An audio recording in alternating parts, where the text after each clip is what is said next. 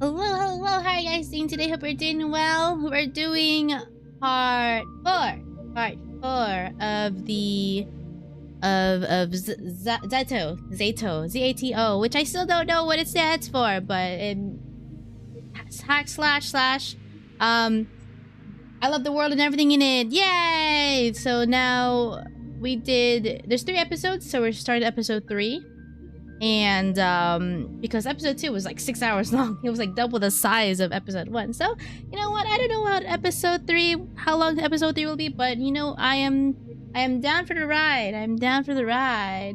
Happy Z.A.T.O day, everyone. Hello Doom, how are you doing today? Sakar, hello. Stop doxing my legal name. That is a breach of privacy and certainly breaks a couple of HR rules. I still have no idea what the heck this game is about. We're about to find out. I mean, honestly, every time I try to come up with a theory, I can't predict it, which is fun. It's pretty fun that I can't predict what's happening in this game. Not that everything is all like crazy unhinged and like, you know, just whatever for the sake of whatever. There's actual substance in the story, but actually getting through it's been a journey. It's been making me work my brain cells, so I'm looking forward to see how things wrap up in episode 3. And oh, and yes, also it was a free game. Woo, a free visual novel game. So it was, I mean, yay, no loss to me, no loss to the intern. Woo! Hi, Jaysuke, how are you doing today? Hope you're doing well. You ready to tune in for the last episode? Depending how long this episode will last, but you know, we'll see. It might not be the last part. Well, you know, we'll see. I went to watch the Backrooms in the movie. It was completely full. People clapped when the movie was over. Insane. I heard a lot of mixed reviews of the Backrooms movie. Like, I've seen people who were interested. Let me do the chat. Like, I've seen people that were very hyped up about it, but some reviews that I've seen were like, it was mid. But, I mean, I don't know. I'm not, too... I mean, I know about the Backrooms. I know it's like, you know, liminal spaces, creepy stuff. You wander into the wrong part of a department store or whatever, and then, you know, get chased down, whatever. But that's as far as I know about it, so I'm not too hyped up about it. So, whether or not it's actually worth seeing for me, I guess depends on how much people rave about it. Yeah. Tomorrow is Summerfest games. Oh, is it now? You know, when I was booted up my Steam, I saw that Resident Evil was on sale again. I could have gotten Resident Evil 4 for a cheaper price if I just waited like 3 months. Damn it. But the other Resident Evil games are also on sale, so that's cool. Maybe I can get a collection to eventually perhaps play. I don't know. I don't know when though, but hey, there's that option in the shelf. In the library. Seatbelts on, ready to ride, exactly. But yeah. I'll keep a lookout on these whatever games. Yeah, summer's a good time. Oh my god, it's summer. It's June. It's June. June went by so fast. Like we were it felt like it started mid-May. It's weird. June just came out of nowhere. Hello, Mike. How are you? I guess I'm the only one who thought who thought about Stanley Parable when watching the trailers. Oh, for Backrooms? I mean, I can understand that because you know it's a weird shifting building type of thing. The girl sitting next to me was so scared she dropped her cell phone under her seat. Is it really that scary? Or is it that scary? Or like suspenseful? Like is it on a scale of jump scares to suspense to... I mean, I guess that's the essence of a scary movie. The jump scares, the suspense, the sound direction. The sound direction does quite a lot. It does quite a lot in the contributing factor of a spooky, scary movie or a game or whatever. I mean, for me it wasn't, but I guess she was very scared. I mean, hey, it's suspense. Sounds like it was suspense though. Dropping one's phone under a movie theater chair is scarier than any film. Oh, right. I would hate to do that. Actually, I feel like I would be more annoyed than anything. Like if I were to drop my phone mid movie, I don't think I would immediately go and pick it up. But also, that might be a little bit risky because somebody else might pick up my phone if I decide not to.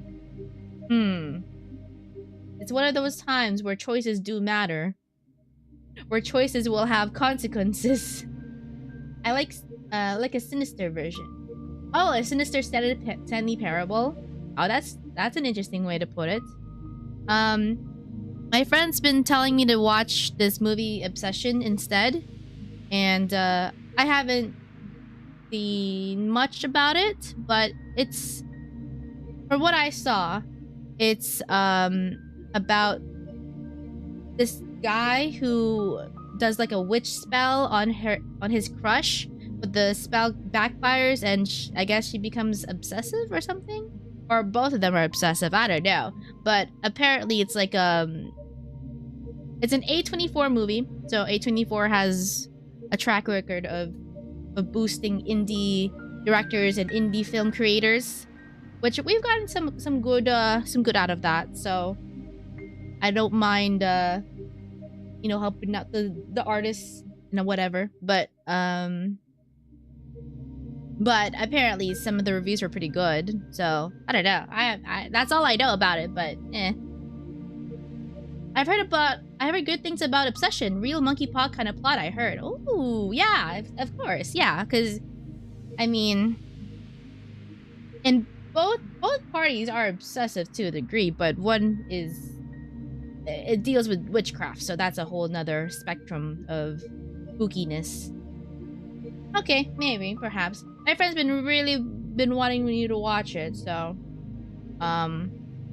maybe if I have the time. It's showing everywhere anyway, so. The last movie that I watched I really liked. It wasn't a scary movie. It's oh, it's called The Drama. It's the movie with Robert Pattinson and Zendaya, and they play as this newlywed couple. No, they're about to be wed. This was like weeks leading up to their wedding, and where they had like during a night of drinking or just hanging out with their friends, or their two closest friends or two best friends of the bride and the groom. Let's see, the bride, she like they did like a whole game of two truths and one lie, whatever, or to tell your secret that you've never told anybody, right? So that they can start the marriage off like on a equal basis. And the bride, played by Zendaya, she confesses that she planned to do a school can I say this on YouTube? Can I say this online? But something dealing with the school that will cause a lot of distress. I think you can figure it out. It takes place in America. Okay, there you go. You can figure out what I mean. But yeah, so when she says that, everyone's like, what the fuck? Everyone's like, what the fuck is wrong with you? But the bride, she's like, oh, I mean, I was stupid. Like, I was just in a dark place and in the wrong place in the internet. And I guess the whole movie is about how the groom, or everybody, actually comes to terms with that. About, being able to move forward from past mistakes and past like your past self, and just being able to move forward in life, that kind of. I really liked it. I really liked that movie. Okay, anyways, let's go ahead and start with this movie, with this visual novel. I have my cup ready. Yummy water. Because I'm gonna be talking a lot anyway. I'm gonna be voicing everybody again.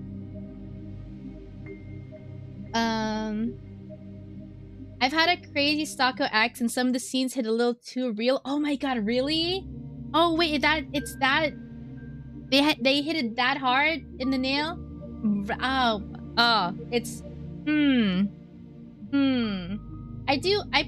like, out of horrors, anything horror related, I do like psychological horror most of all, because I can't really handle suspense and and mythical creatures and jump scares, but psychological horror. I'm all for that. I'm all for psychological horror. So, yeah. On June 30th, you can try to play the last day of June. Oh, wait, is that a game? Wait, that's a game called Asya June? Okay, I'll keep that in mind. I'll look for that. The actress's portrayal was spot on. Oh my god. Okay, yeah, you know what? You're convincing me. Now you're convincing me. Okay. I'm gonna have to look and see when I will be able to watch that now. Okay. So, Z.A.T.O. I love the world and everything in it. If you missed any parts, all the VODs are on YouTube, all in a convenient playlist, and yeah. We're just gonna continue on where we left off. Right at the beginning of episode 3. Asya. Yeah, anyways, yeah, we'll just jump right in.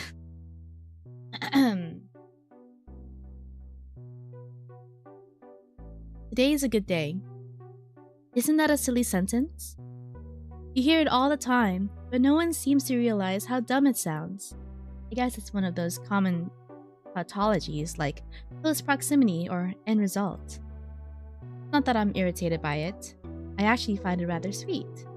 But even so, you should remember that each day is inherently good. Even if you feel a bit under the weather, it's a good day. Even if you miss somebody really badly, it's a good day. Even if everything around you is changing in a way you fail to understand, it's a good day. The fleeting feeling of a human can't change the day's intrinsic qualities, can they?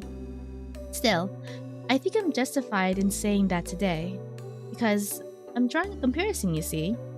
Today is good, obviously. There's no other way to define it. But tomorrow will be even better. Tomorrow from 10:30 to 11, the sun will rise. Tomorrow at 10:30, the polar night will finally come to an end. Tomorrow at 10:30, I will be where I need to be. I can't wait. I can't wait. Your friend's not here today. Who? Who do you think? Your pit bull then? Ha ha ha. Hey, that's spot on. The bright electric light above my head stopped blinding me. My eyes didn't hurt. My eyes don't hurt or water.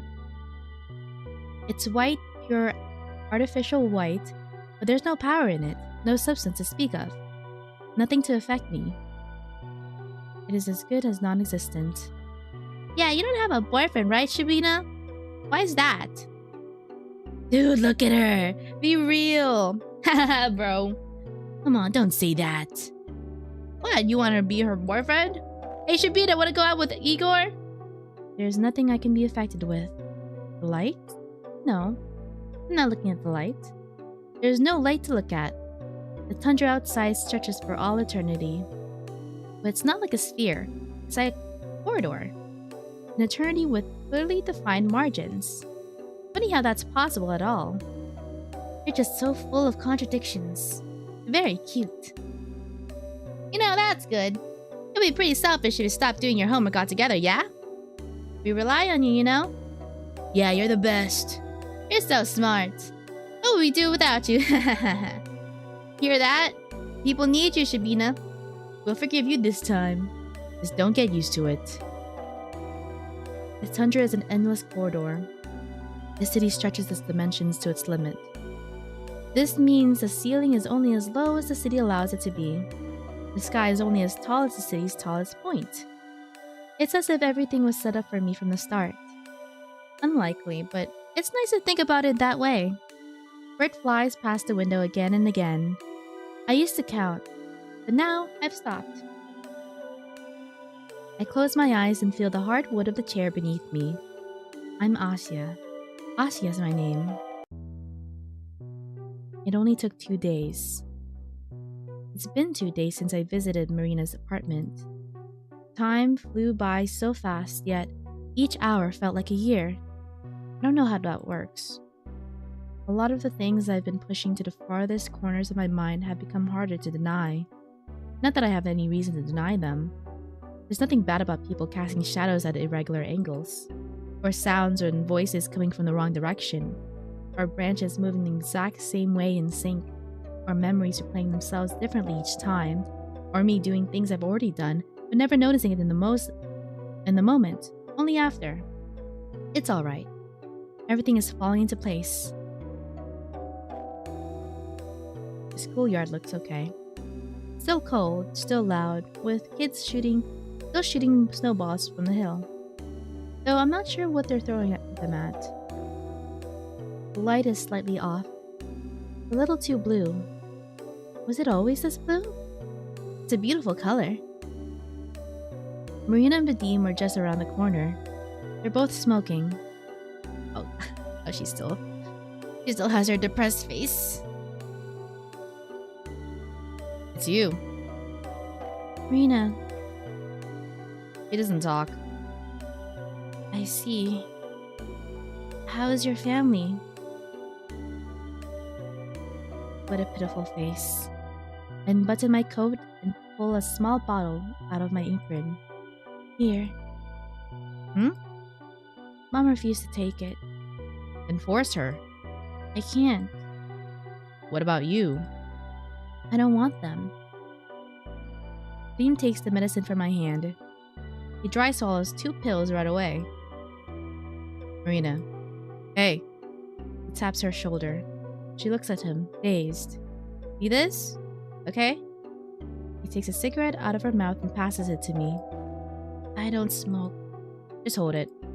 He tries to open Marina's mouth a bit wider to slip the pill in. For a moment, it seems like she won't resist. Say ah!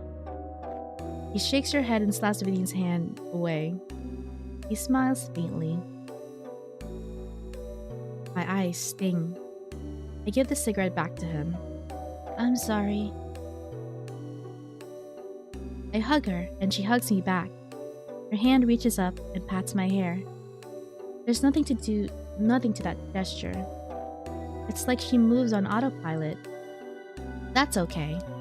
That's okay.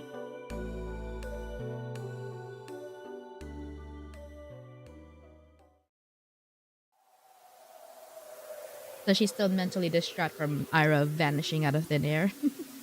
And also, like, the mental thing going on is affecting her and Badim's family and eventually everybody in the town. That's what the medicine's for. The television is still on. I hear its quiet murmur from the living room. It was on in the morning, too. It was on yesterday. When was the last time it was off? I stand still by the glazed door. The matted glass makes it impossible to make anything out. All I can see is the bright glow of the TV framing my father's shadow. I don't want to open the door. I'm not going to open the door, but it's already half ajar. Mom isn't anywhere else in the flat. He must be in there. Yesterday, she kept asking me where Dad is, again and again. I didn't tell her. But her sheets were all over the floor when I came back, as if she crawled out of bed and made her way towards the noise. Towards the living room. Mom? Mom? Mom? That's a lot of dots. I should come in. I should come in and talk to her. To them. My hand reaches towards the handle. The TV. What's that program? I don't think I recognize the sound of it. It seems familiar, like a regular news broadcast. But I can't understand a single word. Slam! I close the door. Asya slams the door shut. I can still hear it faintly. It's okay.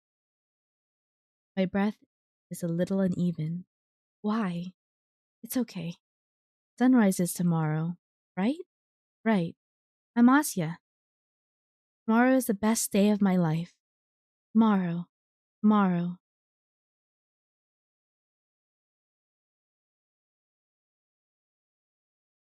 My eyes snap open. It's the hour. I turn on the lamp. Okay. I wanted my alarm clock before bed, but that turned out to be unnecessary. In the end, I didn't get a wink of sleep. My heart wouldn't stop beating out of my chest and my head buzzed like crazy. Alright, so the mental thingy-majiggy, that's happening because the world is resetting? Or like that their particular city or whatever. Something about it resetting because there was some anomalies. Well, that's what they said, frankly. Like, the Marina's brother, the researcher. But, I mean, we didn't really get a full in-depth explanation of everything as yet. I mean, I guess we... Well... I mean, we have Asya's reasoning for everything. Like, oh, yes, of course, that makes sense. But, as far as a complete resolution, a complete explanation of everything, I think we're still developing through that. I mean, I don't know. I find it... I feel like we still need more. We still need more context. Ah, what a mess. It was like that night before the school trip, too. Really inconvenient. Oh well. I feel much calmer now. I wonder why. It's the next day after all. Maybe it's a kind of acceptance? Yeah, I suppose. Whatever happens, happens. It's a dim winter morning. I sit in the kitchen, waiting for the tea to brew. I've already ripped the top sheet off the calendar. December 28th. Just 3 days before New Year's. 3 days. I totally forgot to get a present for my parents. There's been so much stuff going on, it really slipped my mind. Blah, I'm just making excuses. Not that it matters now, but... Ah! Stand up. Suddenly, I feel inclined to do something I really shouldn't. I know it's bad, but if I don't check for it now, then... It'll be very sad, I think. I grab a stool and drag it out to the big wardrobe in the hallway. I found this spot by accident while looking for something a couple years ago. Up on the highest shelf, behind the shoeboxes, is where they hide my birthday presents. And the ones for New Year's, I assume? I've never checked the place after discovering it. Even though I was really curious sometimes, I didn't want to ruin the surprise. But this time... Ah! I see it. A colorful wrapper. For a second, I hesitate. This is it. This is my New Year's gift. Ah, I feel so wrong looking at it this early. But... My hand reaches out and grabs the package. I giddily climb down from the stool. To my room. I don't want to tear the wrapping paper, so it takes a few minutes to open. Whatever's inside feels soft. No, not really. Is it... Oh, I see. It's both hard and soft. 2 whole presents. Wow. First is a hardcover journal. I peek inside. Whoa. Paper is so good quality. It even has a little introduction page for me to write my name on. Man, I really feel like writing something down. This is so cool. Huh? The first page, the one right after the introduction, it's missing. I didn't notice it at first, but upon closer look, it definitely seemed like someone tore it out. But why? The other part of the present, I hold a pair of mittens in my hands. They're a soft cream color, with a neat red pattern on the cuff. I put them on. They're really warm. I pat my face with them. I stared down at the presents I've opened too early. I should write something in the journal. But I don't have time. I can't come up with a poem this quickly and it takes me a while to draw anything good. Not that I'm all that good at drawing in the first place. What do I do?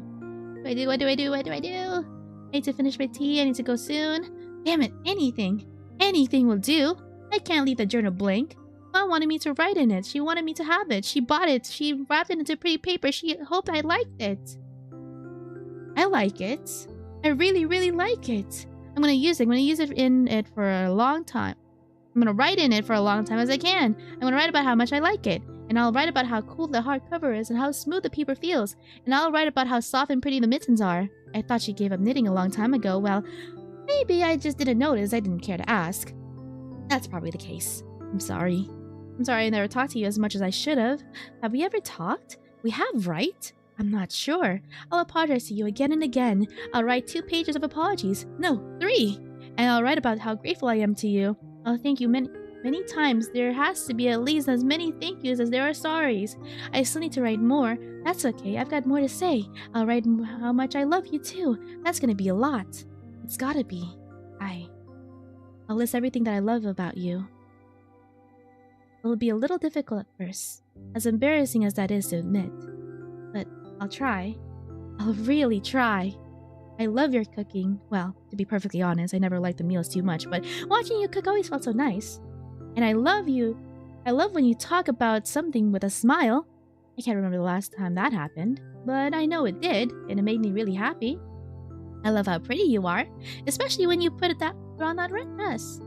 You know, the flowery one. And I love how you asked me about my day and what I would like from the store. And I love it when you... Oh, my face is red from how hard I'm thinking.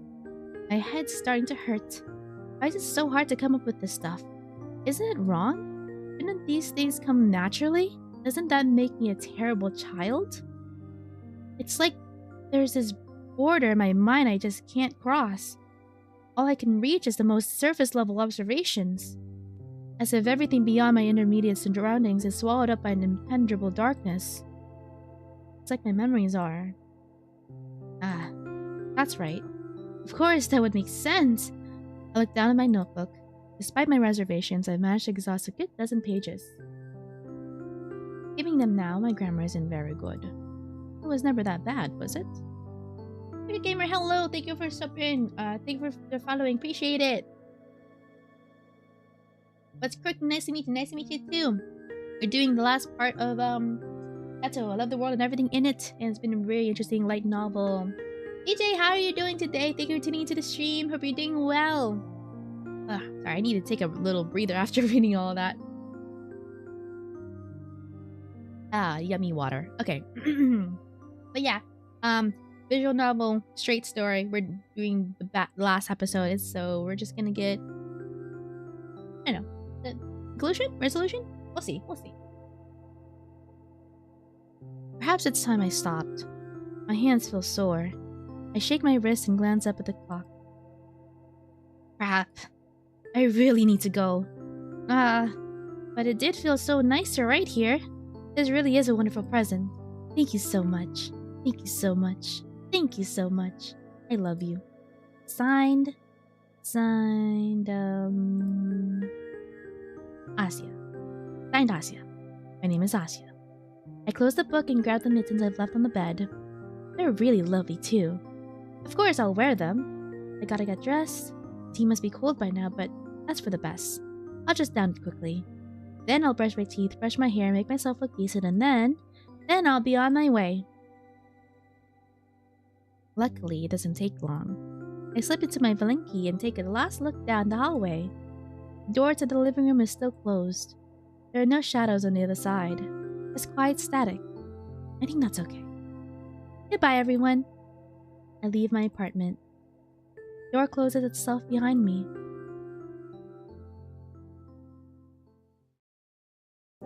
She said goodbye without actually talking to her parents, though. Or seeing them up close. Everything is so quiet. It's still very early, I suppose. It's Sunday, too. I went to school yesterday, which means it's Sunday. People don't get up early on the weekend, so that's why there aren't any. That's a good explanation. Even if it's wrong. Even if I know why nobody's around. It's really true. The wound is closing. Soon, the world will heal. The sky is a lovely muted indigo. I wish the street lamps weren't on so that I could see it a little better. The sun will already have come up by the time they're off. A pity, but there's also a lot of charm to how these streets look at this time of day, especially with all the New Year's decorations. It's just that I seem to have grown a little tired of the dark. Don't worry, it's only a little. I like how the yellow lights contrast with the blue. I like how the snowflakes flicker under burning beams. I like how snow mounds shimmer when they're just outside the rings of light. Actually, I want to get a better view. Can I really do this? I don't see why not. I look both ways, more out of habit than genuine caution. It's not like we had tons of cars driving through here before. Did we? I mean, everything's pretty close. So the cars driving past were mostly outsiders coming in and out of the city. We didn't get too many of those, I believe. That's how it should have been, logically speaking. But that's how it was. I'm sorry, my head is getting pretty foggy. Please bear with me. I quickly walk into the middle of the road. Asya. I'm Asya. My name is Asya. Right. The street? I walked here all of my life.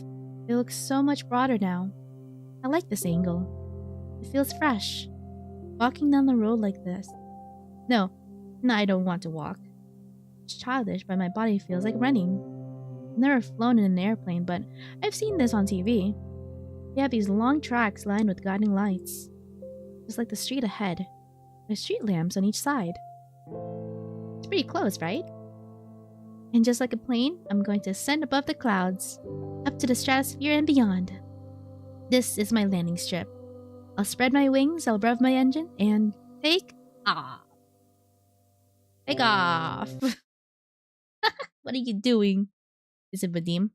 Ah. Poof. I stumble and collapse into the snow. What? What? What? I shuffled to get back up. To see the person who just spoke to me. That voice, that laugh, it can't be, it can't be, it can't be.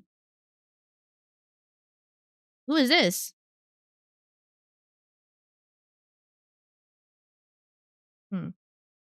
Which voice will we give you? Watch where you're stepping, will ya? Tasya! My body moves on its own. Whoa there. I fling my arms around her. She laughs and spins me around. Tasya! Tasya, you're... I miss you so much. It's been a while, hasn't it? I can't stop giggling. It's hard to speak at all. Tasya is laughing too. We settle down to catch our breaths. I'm so happy you're here. I really thought... I thought I'd never see you again. Right back at you. Man, look at you now, though. All grown up.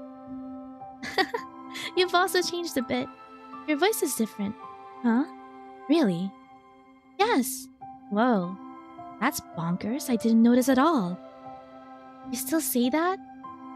What? Bonkers? You got a problem with bonkers? I don't. Thought so. Asya, I can't believe it. It's been 3 whole years. But it's also like no time has passed at all. She looks a little older, but her personality is just as I remembered. So, where are you heading? Oh, I'm going to the research center. Huh. Why? I have something I need to do. It's important.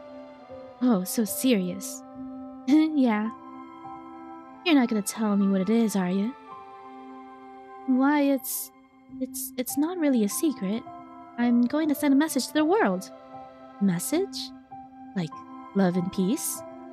Kind of. Man. We meet at last and you decide to act all cryptic? Give me a break. Sorry, but you can tag along if you want. See everything for yourself. Why not just tell me? Sure. Not like I have a choice. Yay! We walked down the empty road, chatting like we did when we were children. I'm so happy. I just really couldn't imagine ever seeing her again. Talking to her, hearing her voice, Asya. Memory of her seems so spotty at times, but I'm glad I was right. I remembered her right. Have you been anyways? Good. I still write and I walk around, and I've met a lot of nice people. Yeah? Like who? Where do I start? First, there were the guys at school. For a while, I didn't have any friends. Well, after you left. But then, they started talking to me. And, they joke with me every day. There's this boy, Vitya. We talk with him sometimes. Last week you bought me a soda. Yeah? Mm-hmm. Then there's Maria. Maria? You call her by your full name? No, not really. It just sounded natural for some reason. She's very popular, but she still finds time to talk to me, and we hang out a lot. And she bought magazines to read with me. Oh, and we went to the cinema the other day. She's losing her memory. I think she's losing her. She's mistaken. She's forgetting their names. Like, at first I thought, like, oh, is she, like, concealing their identities for a reason? But I think this is her actually losing her memory right now. There was a Hollywood film showing. Whoa. Sounds fun. What was the name? It was, it was about a star. And then, the mind scrambles for anything. Even the vaguest memory of what the movie was. But it's like looking through the glass pane of our living room. Nothing but blurry shapes and mutterings I can't decipher. You okay? Yes, I'm fine. Sorry, there's been a lot on my mind. Sure looks like it. But hey, you're a real socialite now, huh? Who would have thought? Oh, no, it's nothing like that. I mean, compared to how it used to be. I'm glad to hear it, really. Yes. Thank you. Maybe I shouldn't have come back after all. No! Well, what are you saying, Tasha? Of course, I'm kidding, I'm kidding. Jeez, you're so easy to tease. She ruffles my hair. So mean. Yeah. Speaking of, the other kids aren't picking on you, are they? Picking? No, of course not. You sure? If I wanted to bully someone, you'd be top of the list. No! Seriously. Boys can get a little carried away with their games, but my friends never let it go too far. Your friend? You mean Masha? Masha? No, not her. Another girl. Her name is Ira. She remembers Ira's name, though. Tequila, hello, how are you doing today? Thank you for tuning in. Hope you're doing well. Oh? Ira's really cool. She's amazing. She can come across as a little unfriendly at first, and the way she talks is sort of rough. But she's very kind. She's a very kind person. And, now that I think about it, you two are pretty alike. Well, if you say so. Wait, are you saying I talk like a brute? I didn't say that. I said, sort of rough. And I'm supposed to be the mean one. It's not that, though. I like that about you two. Uh-huh. Ever heard the words backhanded compliment? No, really. I'm a little jealous. I wish I could talk like her like that sometimes. You know. Nah, never mind. Hey, you can't do that. Spit it out. I said it's nothing. Forget about it. Come on. Tasha, please. For old time's sake. Don't make those eyes at me. Seriously. It's gonna sound bad. It's okay. You often say bad sounding things. You. Fair enough. Alright, well. Stupid. He scratches her head and looks away. Yeah, Tasha is just as she's supposed to be. You're kind of a wuss. Can't argue with that. So when I was away, I kept thinking, man, she's probably gonna have a real tough time over there. Those bastards better not touch her or else. And then nothing followed. No else. Because there was nothing I could do. I was so freaking mad. But seeing you now, I'm calmer. You smile a lot more than before. Really? He nods. If those friends of yours are as great as you say they are, I guess I don't need you to I guess I don't need to worry you anymore. Asya. Oh, don't say anything. I knew it'd come out lame. It's not lame at all. I mean, your worries, I really was sad when you left. I don't remember it very well, but there was this pain in my chest whenever I think back to that time. I think that for a long time, it was very hard for me. But then, little by little, I learned to be better because I realized something very important. That pain I felt when you left wouldn't go away by itself. It was my job to mend it. So that emptiness I felt, I decided to fill it with wonderful things. Wonderful things? Anything nice would do. A tasty meal, a warm blanket, a lovely book. But I was pretty bad at it when I just started. How so? I guess I was picky, really. I kept thinking, is this thing really good enough to qualify? There's nothing special about it. It's not beautiful enough, it's not sweet enough, there's nothing wonderful about it at all. Nonsense like that. But if I kept thinking that way, that hole inside me would never get filled. Then I would never have enough. So you lowered your standards. I wouldn't put it that way. I think I became more aware of myself. I thought about my place in the world. I thought about what really counts as wonderful. When you think wonderful, what does that word mean to you? Huh? Well, wonderful is wonderful. Something great or, like, extraordinarily good. Right. See, extraordinarily. And for something to be considered extraordinary, there needs to be an ordinary thing to serve as the base of comparison. Right? Yeah, I guess. That empty space, that one that I wanted to fill so badly, it was still a part of me. So I came to realize, me, my mind and body, those are my baselines. I am the world's measuring standard. And when I worded that thought to myself, it was like my eyes finally opened. Everything suddenly became so clear. Everything in the world, it all became worthwhile. It all became extraordinary. It became wonderful. I used to live under the impression that I had the right to judge everything by some universal quantifier. It's true. There is a median value to everything. A perfect straight line that the whole world balances around. But what I failed to realize was that this median value, this idea of average, was so far above me, so unreachably high, that the idea of me labeling anything as unremarkable became laughably brazen. I still had some trouble, but filling that emptiness became easier. So much easier. I didn't have to pick and choose anymore. So please don't worry about me anymore. To me, each day is brimming with wonderful things. So, have you filled it? That hole in your chest? I don't need to do that anymore. Because you're back. I have you here now. And I have my friends too. So, I'm not in that friend category anymore? No. That's not what I meant. I'm teasing, dummy. You still take everything to heart, huh? You just don't let up. Hey, gotta make up for all the time I lost.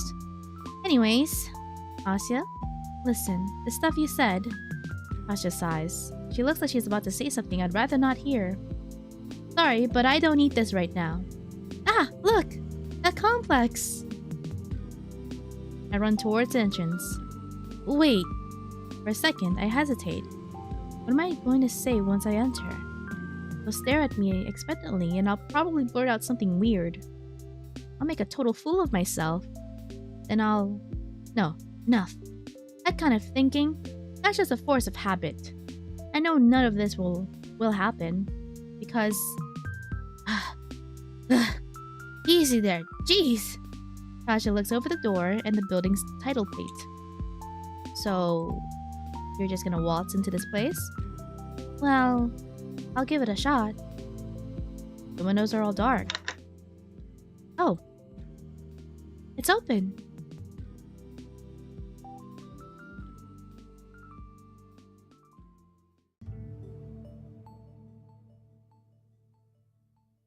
Takes my eyes a couple of seconds to get used to the darkness. The hall? I haven't been here in so long. It doesn't feel exactly familiar. I think that there's a light switch here somewhere. Yeah, let's look. Found it. Wow. The room suddenly fills with light. Ow. Asya, please give me a warning next time. Oops, sorry. I blinked to adjust my vision. Right. I don't recognize this place at all. I say it's been a long while, but it's only been 3 years. Everything from that time is still so hazy. Well, where to? The top floor. So up the staircase. Alright. How about grabbing a flashlight then? I don't want to search for switches every time we climb the floor. Sure, but where would you get it from? The janitor should have one. I suppose. The empty janitor booth with the entrance is open as well. Asya marches in and begins shamelessly rummaging through the drawers. I skim the key rack. I'll probably need one to get to the roof. But for some reason, I have the certainty that it won't be necessary. All the doors in this building are unlocked. I know this for a fact. If you ask me why, I wouldn't have a satisfying answer. Not here. Not here. Oh! Holy crap, check this out! He pulls out an outdated calendar. Every month has a bikini model to go along with it. That's great. It's foreign too. Is that, Lithuanian? I'm not sure. Looks like Mr. Janitor here knew how to keep himself busy. Asya, we don't have that much time. Yeah, I hear ya. Soon enough, she fishes out a flashlight from a box under the desk. Now we're as prepared as we'll ever be. Our footsteps echo through the empty building. The first floor is still bright, but crossing into the second feels like diving into a pitch-black pool. After a bit of fiddling, Tasha shines the flashlight into the void ahead. The beam illuminates the statue by the wall. It's thin and wiry. The shadow cast has a rather intimidating shape. Are you scared? Me? No. I just don't like this place. I think it's interesting. There's nothing interesting about it. There's a big old garbage bin. That's harsh. That's too soft. Honestly, I know you're kinda like that. But shouldn't you of all people be a tad more critical? Why? They're the reason we got split up in the first place. Doesn't that make you mad at all? Oh, we're getting lore, we're getting backstory. Is Asya from the research center? Was she an experiment? I suppose, but I just don't remember it all too well. I see. I'm sorry. Don't worry about it. I'm just a bit surprised considering... Well, whatever. Maybe it's for the best. Sorry. Apologize again and I'll kick you. We keep going up and up and up. The sky outside the windows is starting to brighten, but it's still too dark to walk without a flashlight. I think I'd really be creeped out if Tasha was in here with me. Then again, maybe not. There's nobody left to harm me after all. If I've made it this far, it means the universe has willed it. And if the universe has willed it, then I'm following a predetermined path. There's no point in fearing a fate that's predetermined. I shouldn't be scared. I shouldn't be worried at all. But I watched the halo slide along the stairs and walls and the railings, and I keep thinking of that scene from a cartoon. A really popular cartoon I can't recall the name of. The episode where when they are stuck in a dark cargo hold and the bunny makes scary shadow puppets appear in flashlight. Got me so spooked as a kid. Of course, I'm not afraid of things like that anymore. It's just a vague memory that keeps rattling around in my head like a coin in a washer. A little irritating, but it's still not worth dwelling on. Which reminds me... I know it's probably unpleasant for you, but yeah? Do you remember why you had to leave? That. You don't have to if it makes you feel bad. This is what makes me. I don't remember what they called it exactly. Some scientific mumbo jumbo. Osmotic distortion this, osmotic distortion that. Yes, that fact that I didn't exist. Yes, the fact that I exist didn't sit well with them. What? That's terrible. Man, it just really got on my nerves. You were up all in my arms about it too. I can imagine. Sorry. Seems like I couldn't do anything in the end. You did everything you could. Honestly, I'm kind of surprised they let you go after all that. What do you mean? Your ability? Huh? You know, willing things into existence? Hey, don't hold me on that, okay? I'm oversimplifying and it was all pretty complicated, you know. Not like all your wishes came true or whatever. But essentially, they said you had the potential to cause big distortions. Big distortions? That's... I hold my head. Right. That does sound about right. Something like that. I've heard something like that before. 3 years ago? No, not just then. Long after, I've heard very similar words. I've known someone who wanted to create a distortion but failed. Because, and they said you were one of them? Distortions? Pretty much. I think I tipped off some sort of radar. I see. That rings a bell. A bell I can just barely hear. An office. Wires. Someone talking to me in a friendly voice. It's all so dark. It's impenetrable. I feel as if I'm trying to illuminate a ballroom with a matchstick. Damn it. Do you remember anything after? After you left? Yeah. Aside from the stuff you already told me. Well, I furrowed my brows. After she left. What happened after she left? All I can remember is that feeling of deep despair. Jeez, it's fine. You look like you're gonna pop a vein. I'm sorry, it's just really hard. I feel like I'm just about to grasp it, but it slips away. It slips into this awful feeling, like I've lost all hope. Oh, well, who cares if you don't remember the details? I'm here now, yeah? Yeah, I'm really happy about that. I got that the first time. Oh, look.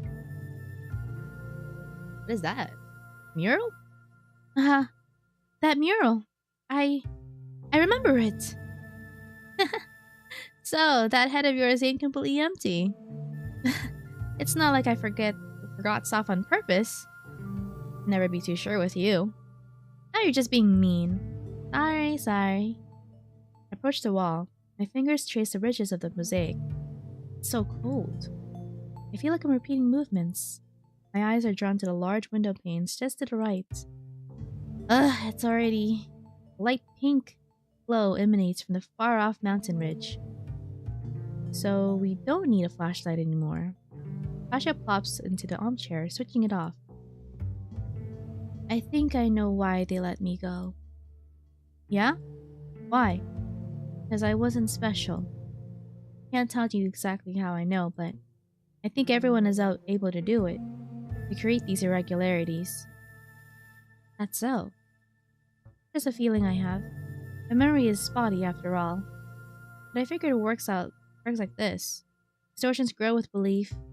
The more people are involved, the easier they are to stabilize. Maybe some people just don't need as much outsider help to make them stick. Some even cause them unintentionally. Like you? Probably, yes. My ability is what you say it is. It exists in every living being. Most just don't realize it for some reason. Well, then it better stay that way. You think so? Yep. Yep, or else you get this. He gestures to the hall. Complex. Complex. People. The whole freaking city. Everything just gets twisted. There are things in the world not meant for humans. Most have that mental barrier for a reason. But what about you? You probably wouldn't exist if it weren't for this. What are you talking about? Of course I would. You just call me by another name. Huh? I mean, I'd still be Tasya. You simply wouldn't label me as a distortion. I never call you something like that. Well, that's just a scientific term. Deny it all you want. That's how the world defines me. I don't care about that. You're a friend to me. You'll always be. Sure.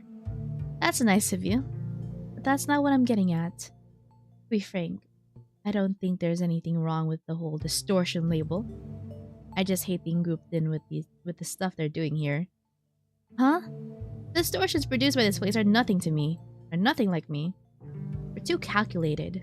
Too institutional. I was born from a wish made in earnest.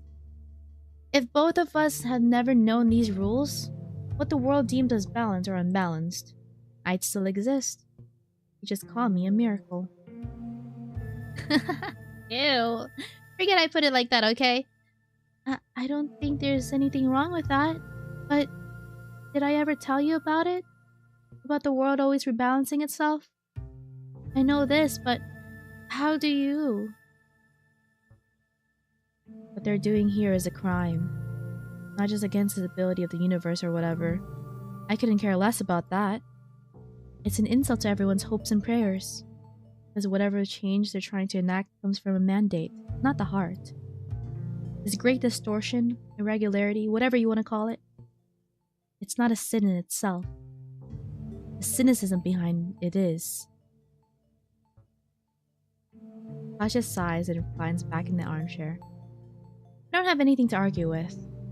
I see. I thought I'd reached the very end. I didn't think I could fall any deeper in love. Not at this point. And yet here I am. So it turns out that you're quite the romantic. So pure of heart, huh?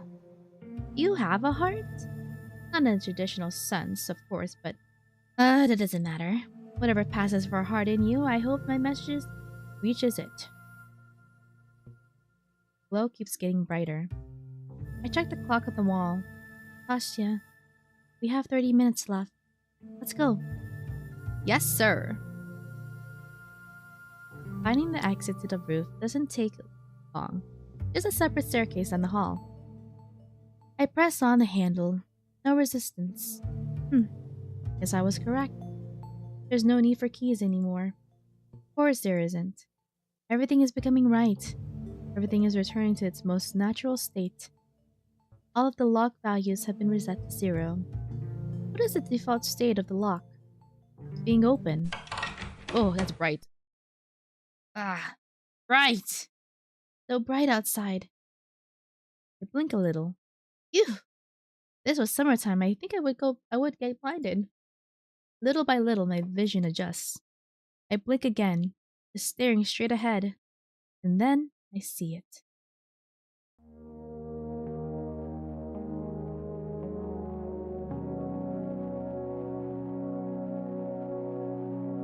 There's the morning light. Big haze sprawls over the horizon. Vast horizon. It fades in the softest yellow hue, then into cyan. Then into a sleepy purple shade. Darkness is now far behind, retreating back into this icy tundra. And the city. The city rests below. What was its name again? I suppose it isn't important anymore. The streetlights are already off. Kind of loud, hold on. Just turn this down a little bit more. See? Okay. The roads are clean and quiet. The windows of the block burn pink. Everything's silent. Everything's at ease. And right above me, stretching up into the soft violet sky is the radio tower. Ah, the snow. It's falling upwards. Oh, it is! It is! What? I take a look around. Whoa, you're right! I didn't even notice. The white flakes split off from the snowy mounds and calmly float up to the heavens. How cute. Everyone's going home. I stretch my arms out. The snow coats the bottom of my mittens. By the way, are you still afraid of heights? No, not really. They were never that scary. Oh yeah? How about that time on the Ferris wheel? I was 9. Well, look at you. I remembered. I remembered that. You sure did. Your memories are real selective, huh? How merciless. No, I actually... A lot of things are suddenly much clearer. Yeah? Yes, they're not good things, but...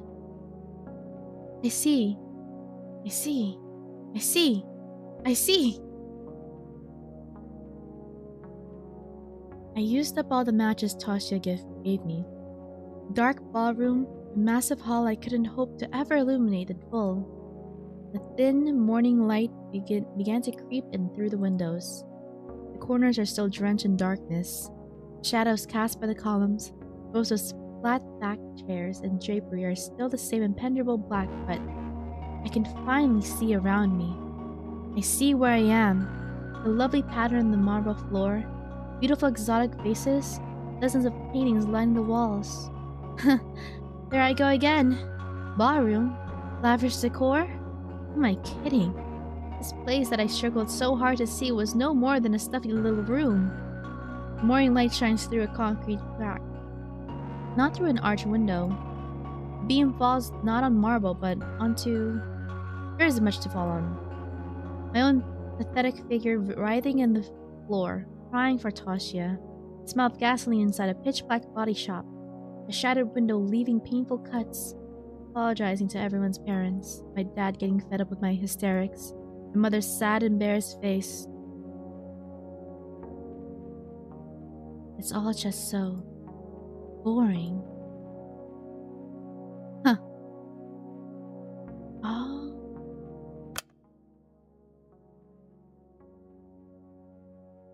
Okay. Yeah, so this is...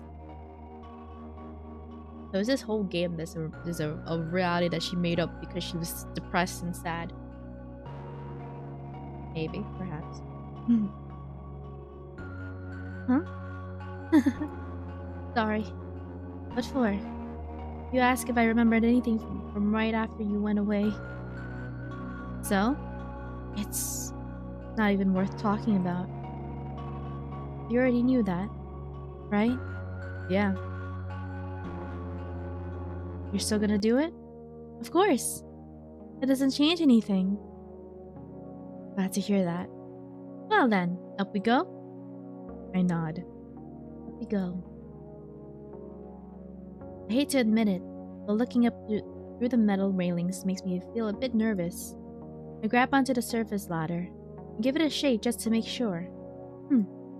It's very stable. Not even a rattle. That's good. I mean, of course, it should be safe. This place had to be well maintained. And relatively speaking, the climb isn't all that high. There are much taller radio towers out there. Even if I had to climb one of those, it wouldn't be a problem. I'm really not afraid of heights. I wasn't lying. I wouldn't be scared. You alright? Yes, all good. What am I doing? At this point, I have no right to hesitate. I step onto the ladder and begin to climb. Asya follows suit.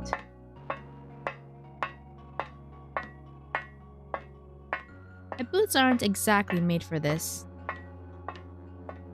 I'll be careful not to slip. I don't think of it at first, but now that I'm a dozen meters above the floor of the roof, the cold in my hands is becoming hard to ignore. Even with mittens on, it's freezing to the touch. Must be the thin layer of ice wetting the wool. Oh well. Letting go isn't an option, and neither is climbing down. You holding up okay? Yes, I'm fine. You sure? You seem to be getting tired. I'm okay. Listen, we both know you're a wimp, alright? No use in playing it tough. So it's chill if you just... I said I'm fine. You. You've changed after all, haven't you? What do you mean? I'm not sure. Just feels like it. Keep looking up. Up. Only up. We're halfway there already. I can see the platform getting bigger. Looking to the side is a distraction. Looking down is punishable by firing squad. If I look down, I will be executed. No, worse. They'll send me very far away. No, no, no. I don't want to go far away. I don't want to look down. I don't want to meet eyes with her. You, yes? Do you have, like, a script prepared for your message? A message? Yeah. No, there's no script. Huh. So you're just gonna scream whatever pops into your head? Something like that. My message. Perhaps I should have brought a note. Not because it was ever meant to be verbose or anything. No, I wanted to make it short and to the point right from the start. At least it sounds like something I would want, knowing myself. Knowing me. The longer I go, the higher I climb, the more confused I feel. Pretty stupid. I know sometimes I'd walk into the room looking for something, forget what I came for right away. It's just like that. Something that was so obvious to me 2 steps ago is now a mystery. So I rewind and try to carefully retrace my path. I'm already 2 steps above. And while my mind was busy trying to recover missing fragments, more slipped out. I can't afford to get distracted, so I'll get back to my point. The point that I was making. Right. I don't need a script. It would be nice to have one note in retrospect, with what me being all dumb and woozy. But even now, I'm not too worried about messing up the words. They just don't matter that much. They're only vessels. Those are important for any message, of course. But when the emotion that overwhelms me is so strong, I'm sure that it can reach its destination no matter the form. Strange. Seems like so much is slipping away. Slipping. But this one feeling hasn't diminished one bit. It's like every cell of my body is a buzz. And in my head, the blank spaces that won't stop forming don't remain empty for long. Because the feeling, this warm, wonderful emotion comes pouring in and fills them up to the brim. It's really, really lovely.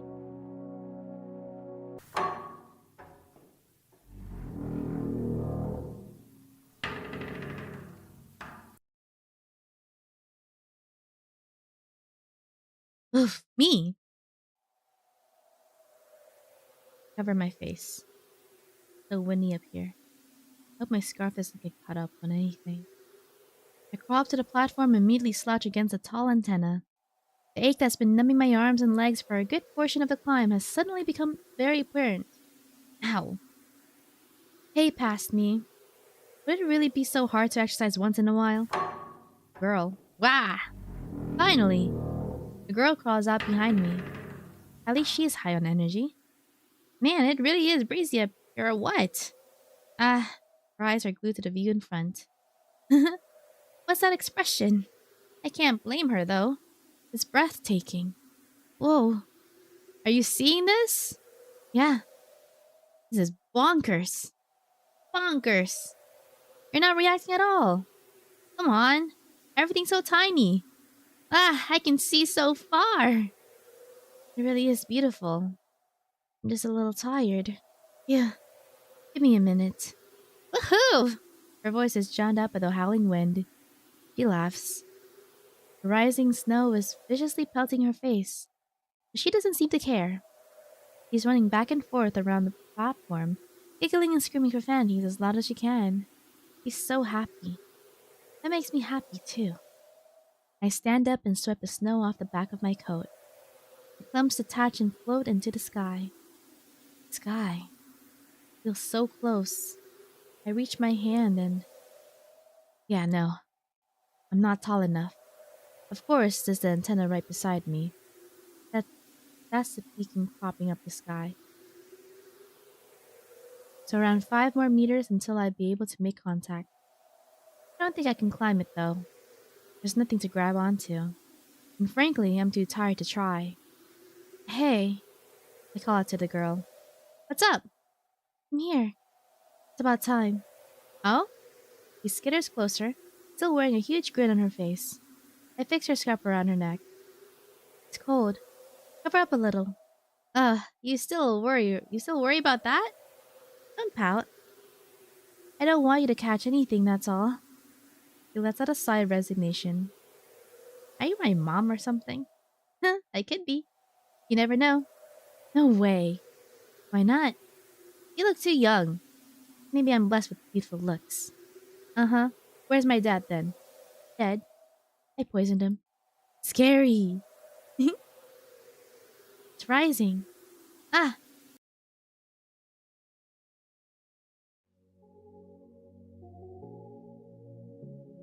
You can turn this up a little bit more.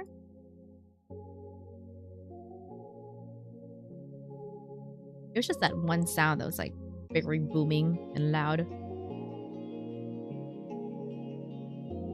Light. White, blinding light emerges from the endless mountain ridge. The jagged line of the horizon catches fire. It's burning high and wide and red, orange and pink, in the most painful shades that human eyes can see. The flames are caught up by the howling wind and start to spread across the melting fields of snow. Closer and closer and closer until I turn my head. The figure of the girl beside me is bathed in the violent morning rays. Her hair is the same color as the blazing hills. Her face is so familiar and warm, it makes my chest hurt. Your name? What's your name? Ha! He turns. I feel as if my entire world has been reaching a boiling point.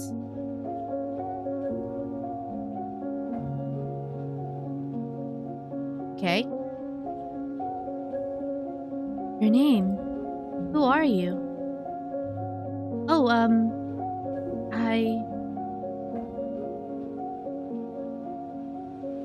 Sorry, I'm not sure. And you are...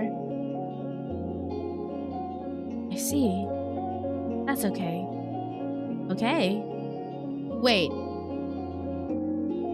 Is the me supposed to be us? Like the player? And the girl is Asya? That's why she's staring at us?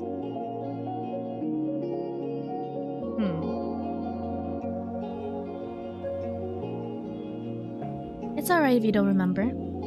It's probably not important. You really think so?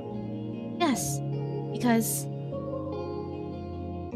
I feel like I've known you for a very long time. Me too! That's wonderful. And there's nothing to worry about, right? I guess. I guess so. It's just that, What's wrong? I feel like I had something very important to do. A message. I think I was supposed to send the message. First, Asya supposed to be us. I don't know. I'm getting confused. Possible outbreaking. I like to think that. That is my best guess. But if I think too much about it, my brain will get stuck. I'll just continue reading it as I've read it. I think I was supposed to send a message. Message? Like a transmission? Ah, probably. Yeah. Since we're on top of a radio tower. Yeah. That makes sense. What's the transmission? Or maybe this is Asya talking to her? So? Like, Asya turned into Asya? Maybe? I don't know. But I can sense it. There's this feeling I need to get through no matter what. Oh, okay. That's good. And who are you sending the message to? It's for... I look around. The endless tundra wraps around the globe. The western front looks cold and dark, but soon the fire will spread over the surface of the earth and will fill the sky. The little town below is already engulfed. The middle tower is red from the heat, like a blade ready to be laid against an anvil. Little by little, everything burns up. In a few moments, the entire planet will combust. The sun keeps rising. The days breaking on the searing peaks. The girl I know is smiling at me. The girl I know. This girl. How many times have I seen her face? How many times has she seen mine? I can't say. I really can't remember. But I know her better than any other person on planet Earth. And I think she knows me better than anyone too. I know her eyes have seen me at my worst. And I can only hope they've seen me at my best. Is my best enough to outweigh my worst? I wish I knew. But still, she's still here with me. Even after witnessing my lowest, my most embarrassing, most disgusting moments, she's still giving me such an earnest smile. The person closest to me, her just standing in the ring of fire, my best friend in the whole entire world.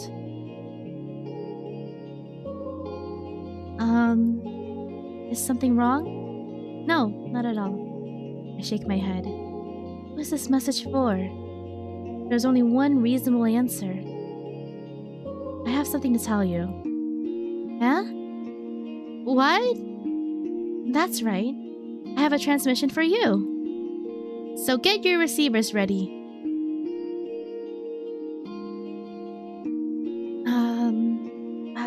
Me? Yep. Alright. Transmission starting. In 3, 2, wait, okay. I'm listening. I'm on the line. 1.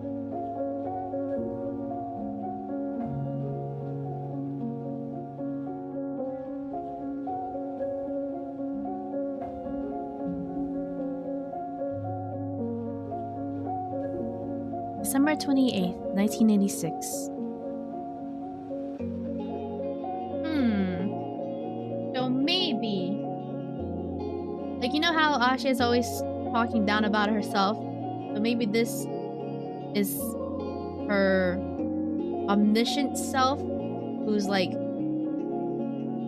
seeing how badly she talks about herself. Or maybe this is herself realizing, another version of herself realizing how badly she talks about herself and setting her love in this manner to like give her confidence and lift up her spirits.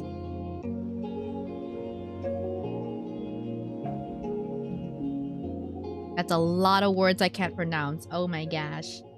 The polar night over all the districts of Vorkta, including the towns of all those towns, and the closed city of Vorkta 5 has officially ended. Complete failure to establish contact with Vorkta 5 via landline, radio, or telegraph was registered by municipal authorities in Vorkta during the late morning hours. Oh.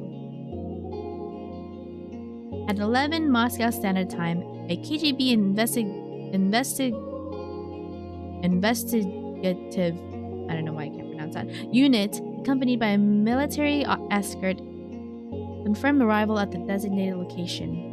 No personnel were present at any of the city's checkpoint gates. Over the subsequent hours, the deployment unit conducted a comprehensive survey of the area and was unable to identify any trace of human or animal presence. Everyone disappeared! All residential and administrative buildings were found unsecured, with no evidence of forced entry, disorder, or signs of indicative of panic or evacuation. Additional military detachments were deployed to secure the perimeter and conduct further inspection. A contingent of government officials and a technical commission was dispatched to retrieve confidential documentation and sensitive materials from the local research complex. All documents related to classified work on structural dynamics have since been transferred to the USSR State Archive. A continuous radio transmission originating from the town's communication tower was located and disabled. The intent of the transmission remains undetermined. While the broadcast could be interpreted as malicious hijacking, the surrounding circumstances prohibit such a conclusion at this time. Public disclosure of the event has been withheld.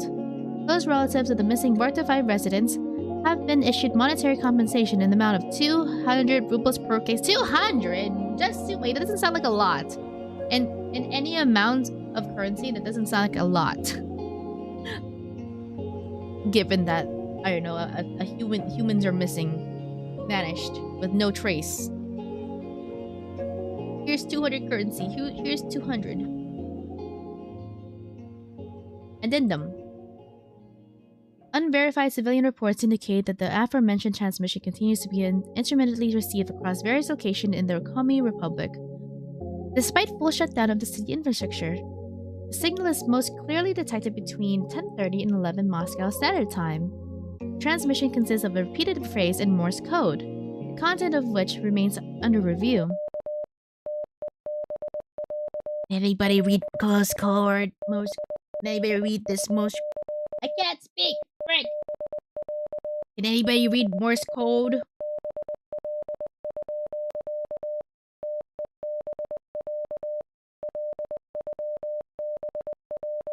I think these are repeating.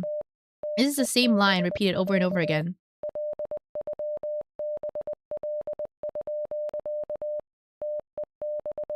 Maybe we should let that finish. The story happens in 1986. It can be huge. I guess. Inflation and whatever. Okay, wait, is it just repeating? Okay, whatever. Okay. E. Then pause. Oh, they're translating. Okay, great. Why? Come on! You're so freaking slow! Damn it, give me a second. Oh, huh? Could've just done it myself. Would've been faster, I bet. You... What? You know it's true. And what? Well, is this a joke or a... Because if you really... A message, you idiot. That's what it says. Oh. Huh. You serious? Yes. Look. Oh. Real funny. It's backwards! Oh, this is in Russian. I love you, I love you, I love you. It's her transmission!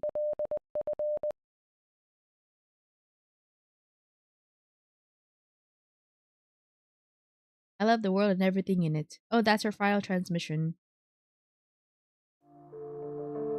Oh, that's how it ends. But the entire world, or not world, the entire city disappearing into nothingness. Not nothingness, but with the leftover remnants.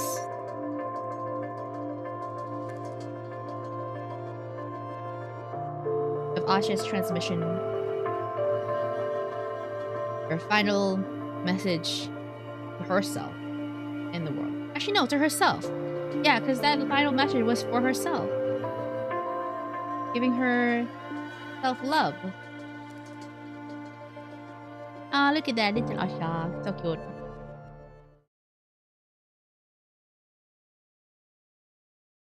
Thank you for playing. Yeah! Dang, okay. That's a lot. Because this story isn't just a single story. Like, there's a lot of messages and a lot of themes in it that I've seen. We did it. I don't know what we did, but we did it. The town of Varta 5 is in a spatial anomaly, so it's the universe was fixing itself, so that's why they got blipped out. That's why there was like a research center. They were researching, like, you know, why like people are losing their memories or losing grips about themselves. It happens ever so often, but I guess Asya is also like from the experimental center.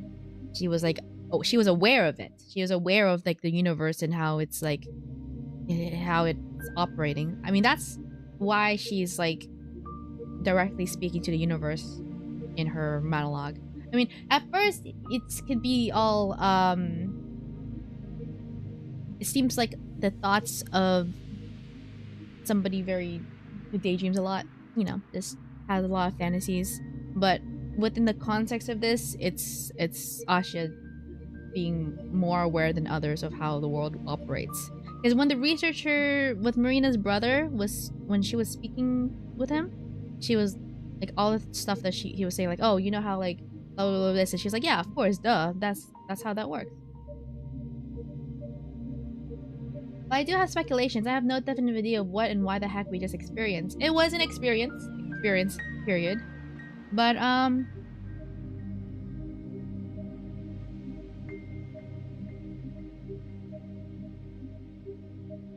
yeah, some stuff is left to interpretation, but it's not too like confusing in my end. I think I feel satisfied. Yeah, I feel satisfied after all of that. Um, okay, I'm gonna BRB because I need to go use the bathroom. But after that, we're gonna go chat about alright, I'll try to get my thoughts about it right. Okay, it's BRB.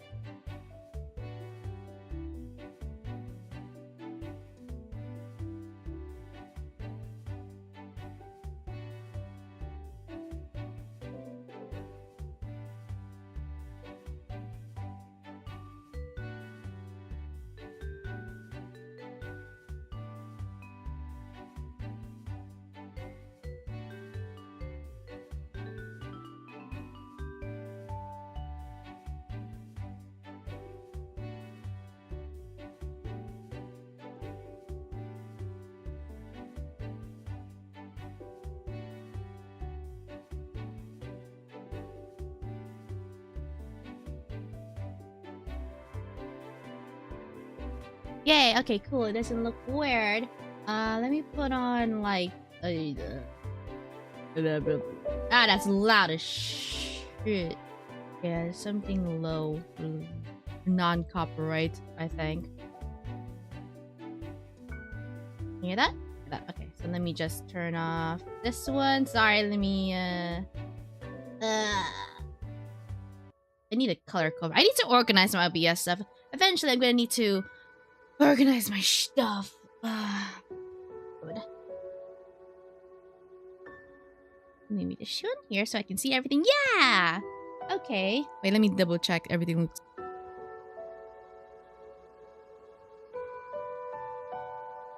Alright, cool. Alright. Cool. Alright, cool. So, what are your thoughts, things, and processes and stuff?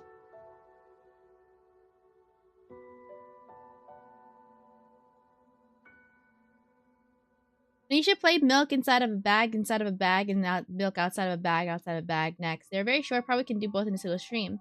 I've seen those titles. What's it called? Is it like an actual horror game? I've seen those titles sound familiar. I know what you're talking about, but I've never played it though. But is it a horror? You have to tell me. You have to disclose, but first and foremost, whether or not if it's a horror. I have the right to know, so I can prepare myself.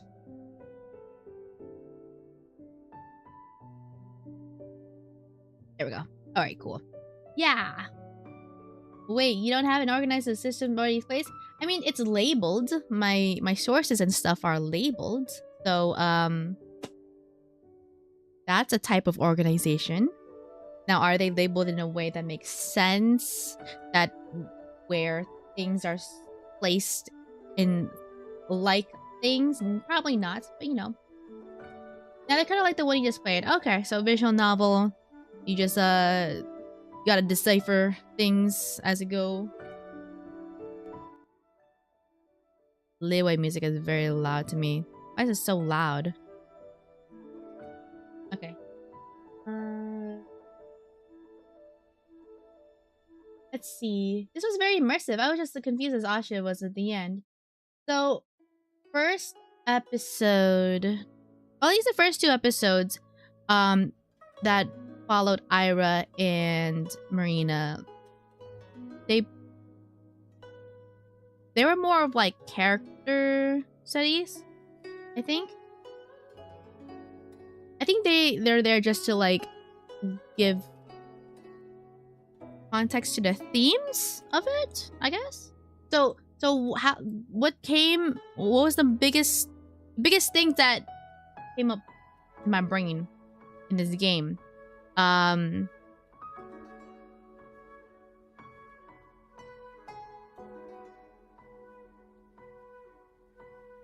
Let's see. Like Ira, Marina, and Asya are definitely adolescents who feel like they don't fit in within the societal standards or norms or whatever. Is like Ira is like, you know, she's a rebellious kid, like she's acting up, but you know, she's very much bipolar coded, like she needed to take medicine and whatever. And I mean, at first that's what I thought, like before they turn into like, oh, actually everyone's getting deleted, everyone's memories and mental health is getting deleted because of the universal reset. But if you look at Ira's story, like just from that episode, you can still take away that she was heavily misunderstood because she wasn't given like the proper care and treatment and understanding within her community. Let's see.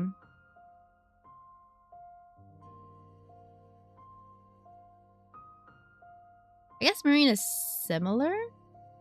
But she's like more of like a masking type of person. She has like an outgoing, happy-go-lucky outlook, but you know, she was going through her own things. Yeah. Are you not big on horror? Not at all. Not at all. I appreciate the creator not making Z.A.T.O too scary. It makes me feel like I'm tough. Well, there was a part where it definitely felt like a jump scare. Where it was definitely a jump scare, which threw me off guard. So I was expecting a little bit more of that. So you know, I'm kind of disappointed that we didn't have another jump scare. Because if we did it once, they might as well do it more times. But I mean, whatever. They still got their point across. My brain is still have my brain thinking. Yeah, I'm still trying to shake off that part. Yeah, so Asya, she, by the end of the story, she definitely, like, her entire character unfolded, you know, other than the sci-fi stuff. I feel like the sci-fi stuff is just there to, like, give answers to, like, how the world in-game operates. But I think on a more,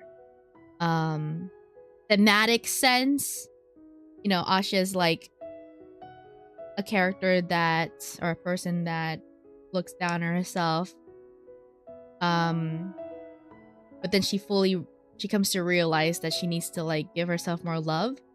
So that I love you transmission that she wants to give to the world, that she felt like she needed to give to the world, she ended up giving it to herself.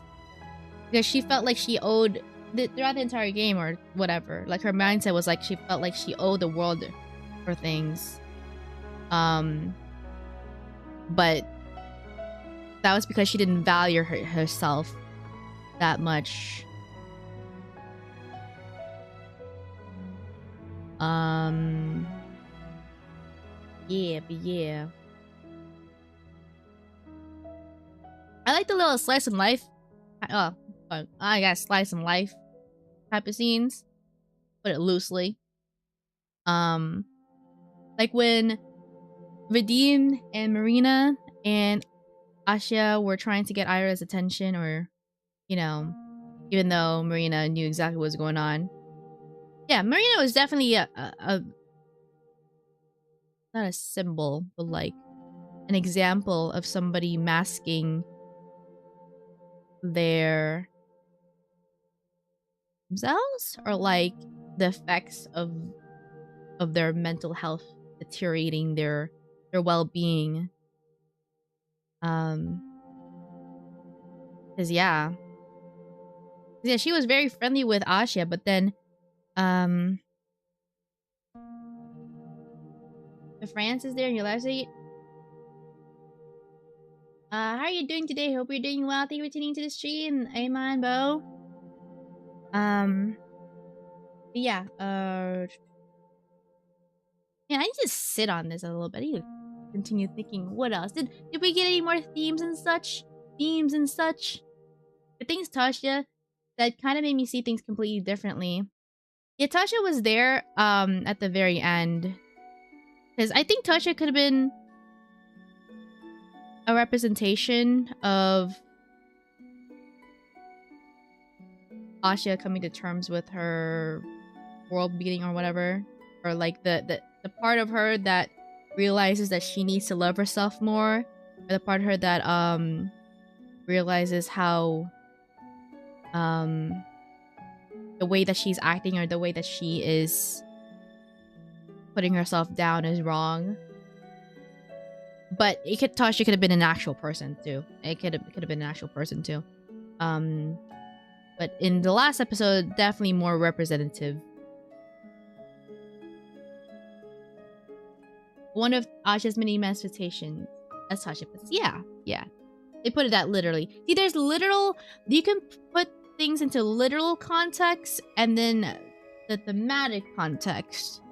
So, but in both ways, it makes sense. Like, I feel like it works. Because the more, like, whatever questions that I feel like I might have, like, the game answers and stuff. Thank you for subbing. Hope you're doing. Thank you. Iman Bao. Thank you for subbing.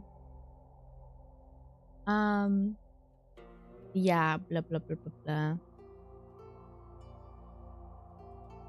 Oh, I really like the dialogue. Yeah, I really like the dialogue. I like the scenes with the kids just acting like kids. But I'm glad it wasn't too overly graphic or too, like, whatever, for shock value for the sake of shock value.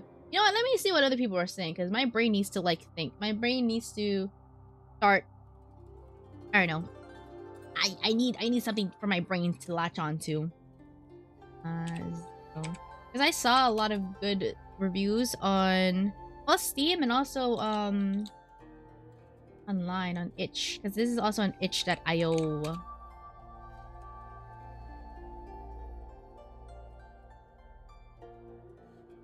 Z.A.T.O. Not the world and everything in it. I'm guessing the Z.A.T.O, Z.A.T.O is the version of thing. Linear visual novels are roughly 7 to 8 hours of playtime. 7 to 8 hours? That ended up doing a little bit long.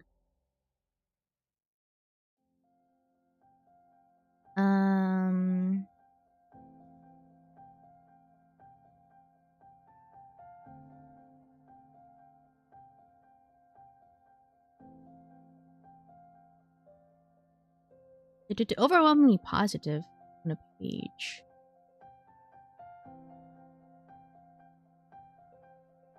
Okay, let me see. Let me see if I can put this up. I should be able to. There is no reason why I can't.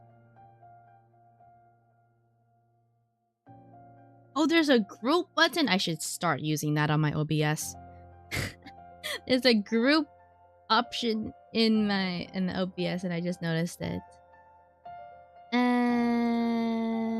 I should have a... I know how to do things. I know how to do things.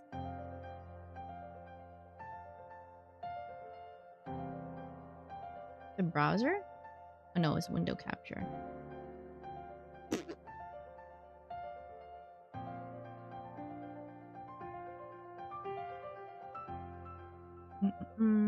Not window capture.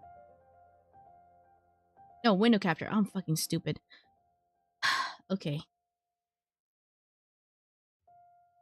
Oh, I hate how all of my tabs are named the same. Come on, Arc Browser, figure it out. Okay, you're either gonna see Twitch, YouTube, or the Steam page. Either or, it's gonna be a gamble. Oh, there we go! First try, let's go. Okay.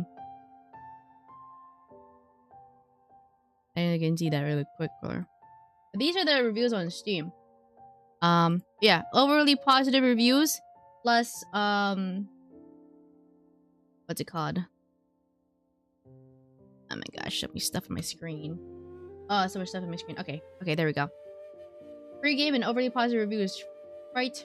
Yeah, quite good. I kinda dislike how everyone copied homework from Asya and still treat her like a person they hate. Bro, they were stupid children. Stupid, mean children. You can't read that. I'll read it for you. I've been reading for you guys this entire time. No need to... I can still do it. And that's true. At least they can treat them nice while using them. Like, they were so... I don't know. Those kids are stupid. They're from a small town. They're small town people... Small town children. Very judgmental. Okay. Let's see. What's the first one? I see. The universe took its time to bring me this new piece of... Wait. This is just a... Is this a copy and paste?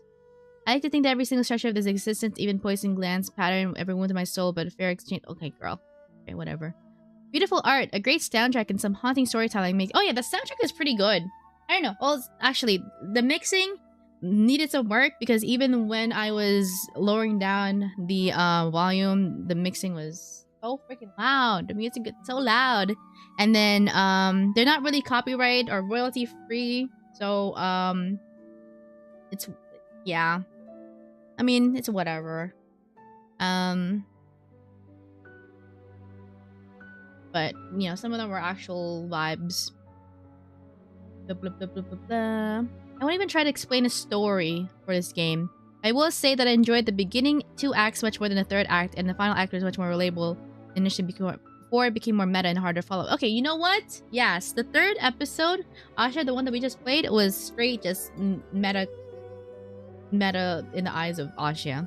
But the first 2, if you isolate them outside of the story's like world or whatever, like they're pretty good commentary on or coming of age type of thing, you know, how adolescents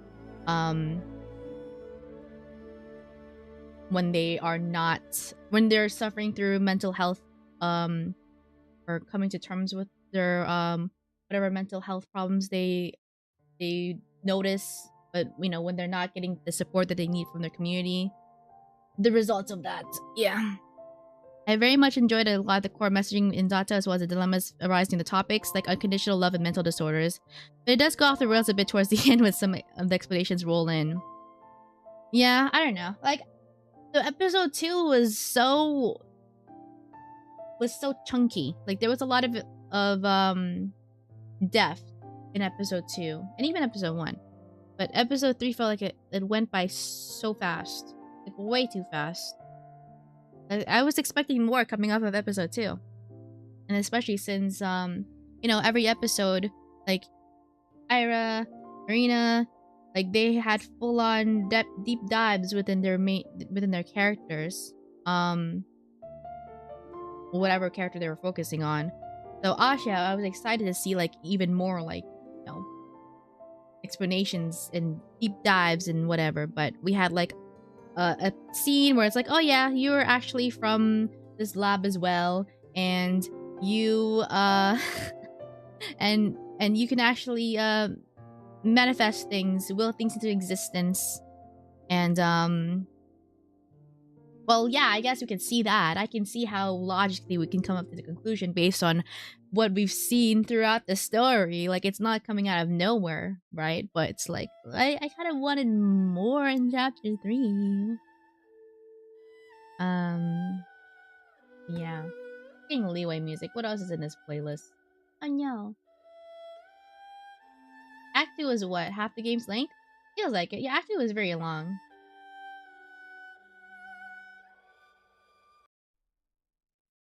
Do. Or whatever. Honestly, I can only really tell you to go read it for yourself. It's a game about learning to love and loving yourself. An extremely bittersweet ending, but very worth it. Oh, bittersweet. Oh, right, because Asha became nothingness. Everything in that city just got purged because it was seen as an anomaly. Because there were too many anomalies happening. But all that was left was Asha's self-love. A resolution to self-love herself. Okay. 9 out of 10. The writing is top-notch. It's almost unimaginable with how the author conveys the monologue of someone with autism.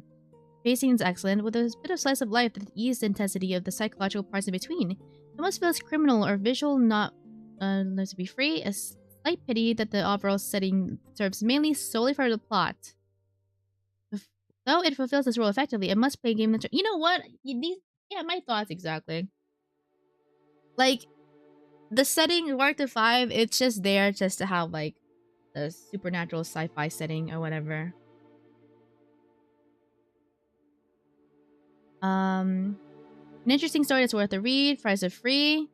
Okay, that said, I was much more invested in the first 2/3 of the game than the final part. I loved seeing the characters' day-to-day lives, fears, inner turmoil. That, yes, I wanted to see more of that from Asha. I mean, we got her perspective throughout the game, but it's not enough. I need to get her deep dive. I need to get her character study episode. The last part of the game for me was too much of a tonal shift and felt like there was a hurry up to wrap things up and be philosophical. Yeah. Works fine on Steam Deck. Yay. Asha is literally me. Yeah. I guess people can find these characters relatable. I mean, innocent, yeah. I'm not really sure what they have to say. It's kind of just something you have to experience yourself, and it won't take too long at that. But that very powerful messaging, like something beamed from a very powerful high-frequency transmitter, that had me struggling to sleep for a while because of how much it gave me to think about. Excellent game, wonderful story, best characters. Okay. Yeah. I mean, overall, I liked it. It wasn't too bad. It's not bad at all. Yeah. I feel like it did the build-up and mystery really well, but then it got a bit complicated in the payoff reveals. Yeah. Yeah. That's the only downside. The story was too interesting that the payoff, yeah. the ending felt like it needed to be more. Not that it was any short, like, yeah, it wasn't even the same length as the other chapters. It was shorter. It was significantly shorter. I can tell because I've been streaming all of them, and yeah, chapter 3 was the shortest to get through. Anyways, regardless, I am glad that I played this game. I'm glad that I went in blind. It was quite a treat. Not too horrific, but you know, there was some suspenseful. It was enjoyable to read because the you know, the dialogue and all that stuff is good. Asya's an interesting main character. I just wish that her named chapter, the chapter that she was named after, had more content about her, but the rest of the game is pretty good. Just, yeah. I think I'm too dumb to really get what it was trying to convey via the means it did. It's like, it's a sci-fi story about a town that is an anomaly, and we follow a girl that is very observant. She's a very observant girl, Asya, right? So that's how I think her observational skills, that's what makes her look at herself in such a lowly manner. Because she sees all the good qualities in everything, and everyone. Even the bullies that are obviously, like, not treating her that well. Like, she's in this mindset that, you know, I'm sure nobody in this world is mean to do any harm. But anyways, so yeah, very observant girl, but the town that she is living in there's like a lot of anomalies going on, and the world is resetting itself to fix it, to fix the anomaly. I don't really think they really went into depth. I mean, I guess we can assume that the anomaly is caused by Asya, the main character, because she has the power to manifest things. Because I guess she was from the lab that's researching. Yeah, see, that's why we need more in episode 3. See, at this point, like, I can understand how these conclusions make sense, but I need more to justify it. I need more evidence. I need more fact-based sources to really get the full picture of the world. As nice as the slice of life, you know, characters interactions were, like, those are really good scenes with Ira, Marina, even Vadim, and Asya. The actual, like, sense of how the town itself works, I feel like we could have had a better conclusion. Like, even with Higurashi, right? Oh, man. You know what? I was really hoping that it would be like Higurashi. Because Higurashi, you know, we spent a lot of time going through those time loops, but we get to know all of the characters with every loop, but we get to know new things about them. But eventually, we learn more about the actual supernatural stuff that's going on. No, Higurashi was also like 10 times longer than this. Oh yeah, that's true. Higurashi is very long. Yeah. Umineko is even longer. Umineko is even longer, and oh my god, I love that story. I love that. I love Umineko so much. It's so good. It's such a good story. But yeah. Yeah, I guess the mysteries, they have to be long in order to really be good. In order to feel satisfying. Umineko, my beloved, how brave were so bad. No, eventually. Oh, I just wish they have a faithful anime adaptation. I'm so upset. Oh, it's such a good story. Asya is the work the 5 Rika calling it now. You can't call things anymore. The story's ended. I get all that, but I get the feeling I'm only seeing it a surface level rather a more in-depth real message one. I think the themes and such will come over time, with, you know, eventually. Like yeah, it's like a story that you have to sit on a little bit. But yeah. The Higurashi quote-unquote remakes made me hopeful of an Imaneki remake, but now I don't know if I trust them. I don't know either. That's the same exact feeling I had. Like, oh my gosh, they're finally remaking Higurashi. Like, oh, okay, they're making a more moe art style. Like, okay, sure, whatever. But at least we're getting a remake or, continuation that is the same tone as the original. And then we get to, is it Go? The second part. And, yeah, it just became battle anime. And, sad. That's sad. Wasted potential. Yeah.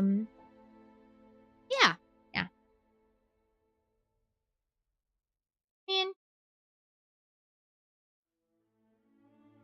I'm still pretty satisfied with the story. Just wish we could have had more of the ending, but with Z.A.T.O. I'm satisfied. I'm glad that I read through Z.A.T.O, played through it, shared it with you guys on stream. Thank you for tuning in every episode, joining in the conversation. As of as I was going through the what's it called, the theories and stuff. Yeah, man. I'm gonna have to look up some other videos and other theories to get fully satisfied with this story. I'm sure that there's a lot of things that I missed. Quite a lot. Even though I was, I was talking through the entire story, trying to figure out the mystery as well, but of course there's gonna be things that I miss. Oh, hey, look at this. Hello, Sindel. How are you doing? Is it Sindu or Sindu? I'm sorry if I mispronounce it. How do you pronounce your name? In my mind, everyone is still happy and safe. Well, yeah, I guess in a way, they're blipped out of existence. They don't have the feeling of unhappiness and unsafeness where they are, non-existency. Since Z.A.T.O has mystery elements in it, it might be worth seeing if you notice any new in the first couple acts. Ah. It's pronounced as Kendall, but no worry, Welsh names are hard. Oh, it's Kendall! Okay, I remember that. I remember that. Thank you for letting me know. Got home for a 12-hour shift. Oh no, you need to rest. Rest up. You worked hard. Good job. You did good work. But yeah, we just finished playing the visual novel today that I've been playing for the past 4 weeks. Yeah, this is part 4. We did episode 3 today, and it was quite short. Shorter than the other ones, so... We cannot confirm nor deny their blipped nature. Didn't see it happen, so I must stand by that logic. I mean... They no longer exist.